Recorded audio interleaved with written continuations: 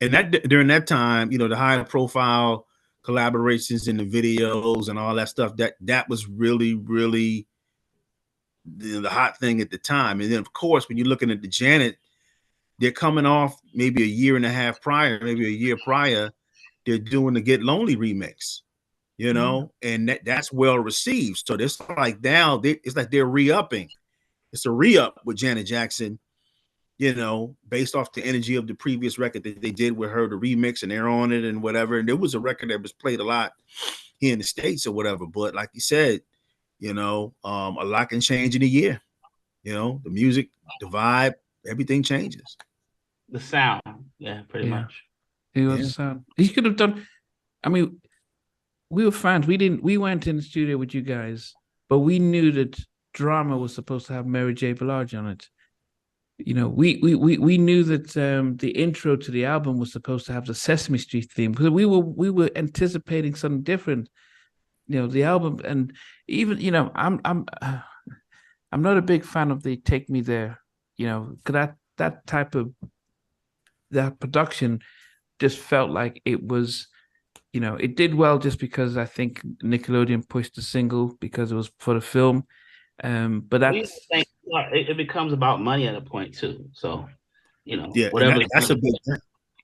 That's a big deal because them guys were MVPs at the time. You're talking about, the records up at 7 to 10 million. They're doing MTV Unplugged, and Blackstreet doesn't get a lot of credit during that time because you talk about all other groups in the 90s, but they may be the only R&B group in the 90s, aside from maybe a Boyz II Men, that ever won like Grammys.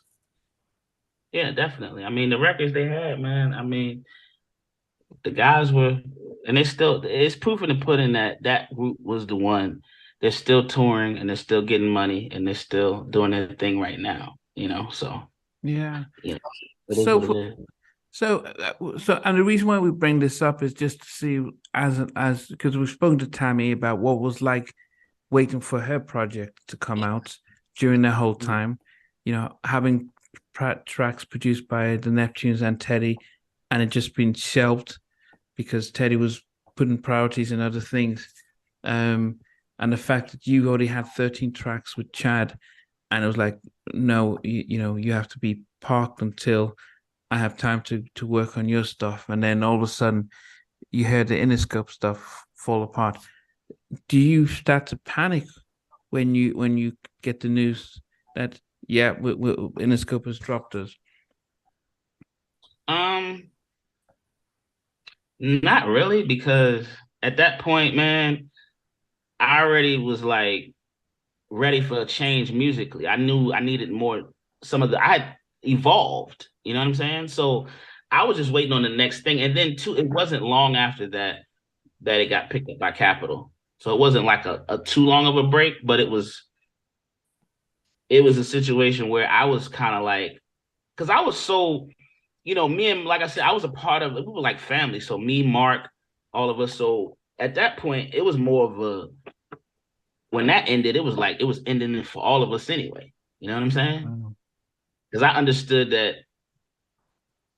that was the face of everything.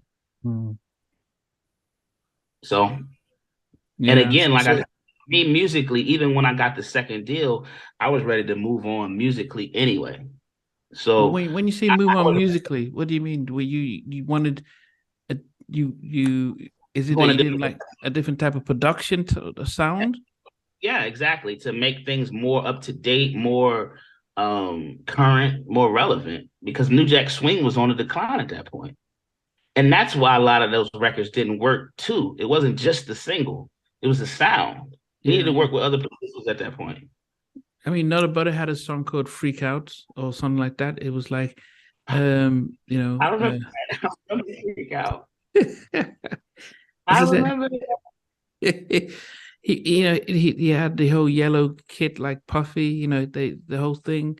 As I said, the little David Miller stuff, and it was a very similar type of production. And so for those of us who've been with Teddy since the early 80s, to see how the sound. If you look at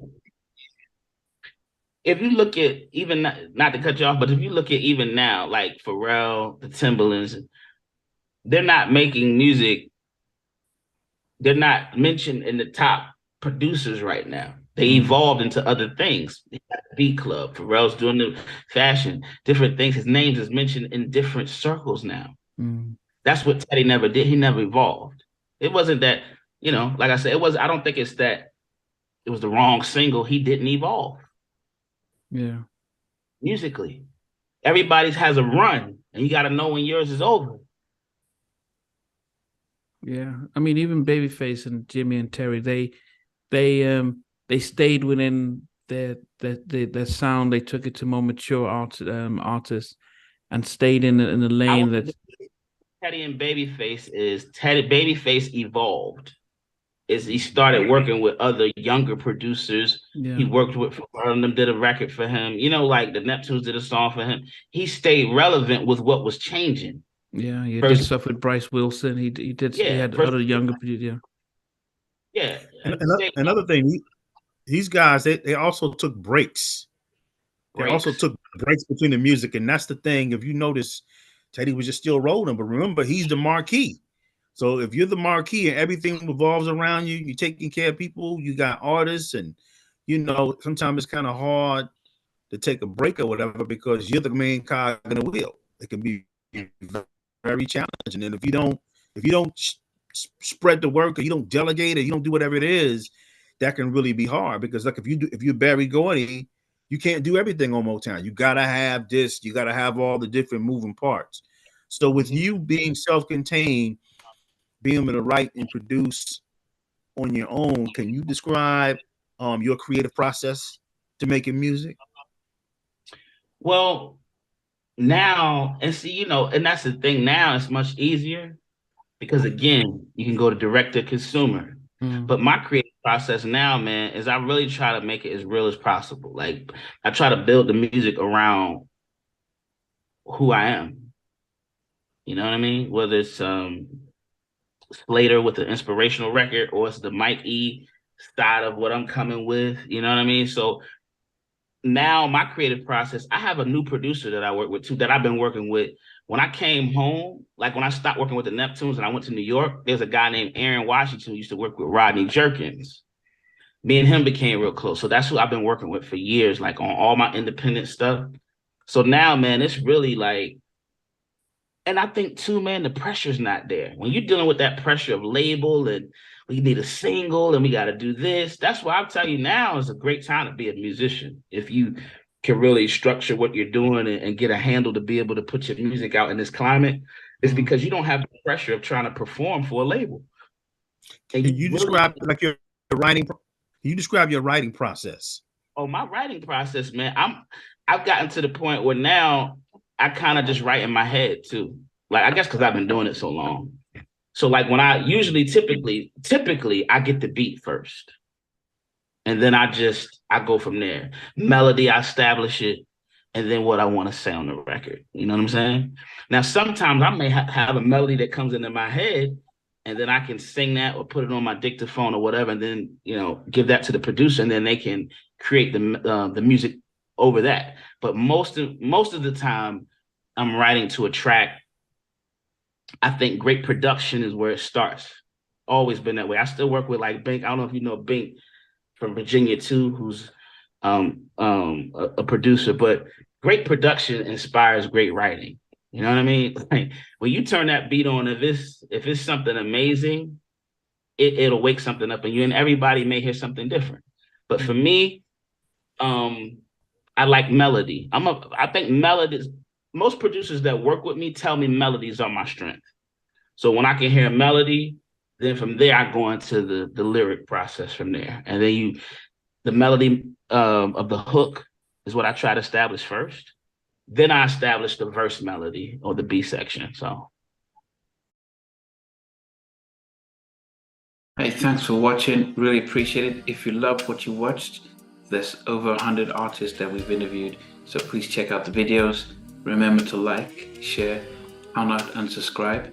But better still, become a member of Halftime Chat and get exclusive videos ahead of time.